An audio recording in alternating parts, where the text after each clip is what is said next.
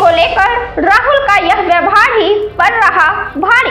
राहुल गांधी बिहार दौरे पर आए हैं। बिहार में राहुल गांधी ने खूब जोश दिखाया है, भाषण दिए हैं, समाज की स्थिति का वर्णन किया है। उन्होंने बताया है कि किस तरह देश में समाज में हर सेक्टर में पिछड़े और दलित किस तरह पिछड़े हुए हैं और उनकी बातें 100% सही है। राहुल गांधी ने इस बार जनता को जनता की ताकत बताई है। उन्होंने कहा है कि मुझे पुलिस वाले रोक रहे थे लेकिन नहीं रोक पाए क्योंकि मेरे पीछे आपकी ताकत है। आपकी ताकत की वजह से वे मुझे नहीं रोक पाए। बेशक राहुल गांधी के साथ जनता की ताकत है।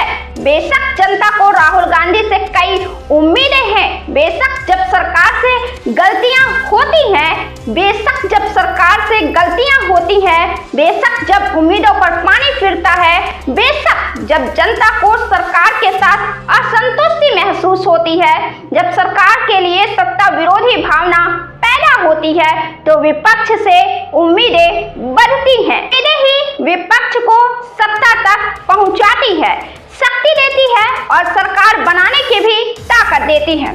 राहुल गांधी के साथ में जबरदस्त इजाफा हुआ है। जो यह कहा करते थे कि राजनीति राहुल के बस की बात नहीं है, अब वे राहुल गांधी के प्रधानमंत्री बनने की बात कहते हैं। लेकिन फिर जब राहुल गांधी के भाषणों को सुनते हैं तो लगता है राहुल गांधी को राजनीति में और भी परिपक्व होने की आवश्यकता है।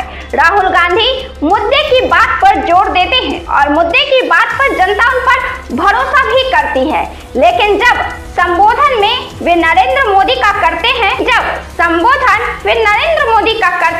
तो लगता है अभी राहुल को जनता का विश्वास जीतने की अधिक आवश्यकता है क्योंकि कहीं ना कहीं जनता ही उन्हें सत्ता से, शक्ति से, सरकार बनाने से वंचित कर रही है। राहुल गांधी जब जनता को संबोधित कर रहे हैं तो वे प्रधानमंत्री के बारे में कहते हैं, हमने नरेंद्र मोदी जी से कहा तुम्हें जाति जनगणना करना पड़ेगा। हमने उससे कहा कि तुम्हें संविधान को यहाँ अपने माथे पर लगाना पड़ेगा। फिर से मैं इस लाइन को रिपीट करती हूँ। राहुल गांधी जब जनता को संबोधित कर रहे हैं तो वे प्रधानमंत्री के बारे में कहते हैं, हमने नरेंद्र मोदी जी से कहा तुम्हें जाति जनगणना करना पड़ेगा। हमने उससे कहा कि तुम्हें संविधान को यहाँ अपने माथे पर लगाना पड़ेगा। राहुल गांधी ने काफी आक्रोशित होकर यह बात कही है। आक्रोश की पीछे की वजह यह है कि राहुल गांधी को हॉस्टल जाने से, छात्रों से मिलने से रोका गया। उन्हें पीछे के दरवाजे से किसी तरह मुश्किल से आना पड़ा, लंबे रास्ते तय करने पड़े। राहुल गांधी शायद पहली बार इतना आक्रोशित नजर आए हैं। हालांकि उनका लहजा प्रधानमंत्री के लिए उन्होंने तुम और उससे शब्द का प्रयोग किया है, वह भी तब जब यह बातें सदन की है और यह बातें संविधान से, जातिगत जनगणना से जुड़ी हुई है। हालांकि वे नरेंद्र मोदी के साथ जी शब्द लगाते हैं, लेकिन भले ही नरेंद्र मोदी के लिए ना सही, लेकिन एक प्रधानमंत्री कुर्सी के लिए तो सम्मान पूर्वक शब्दों का उपयोग किया जाना चाहिए। प्रधानमंत्री पद के लिए, प्रधानमंत्री कुर्सी के लिए इस तरह का लहजा और इस तरह का शब्द कहीं न कहीं जनता के मन में थोड़ा असंतुष्टि तो राहुल गांधी के लिए अवश्य ही पैदा करता है क्योंकि जनता यह उम्मीद करती है कि व्यक्तिगत स्तर पर चाहे जितना भी जिस राजनेता के बारे में जैसे शब्दों का इस्तेमाल या उपयोग किया जाए, लेकिन जो सम्मानजनक पद पर है, जो सम्मानजनक कुर्सी पर है, उसकी इज्जत सर्वप्रथम करनी आवश्यक है।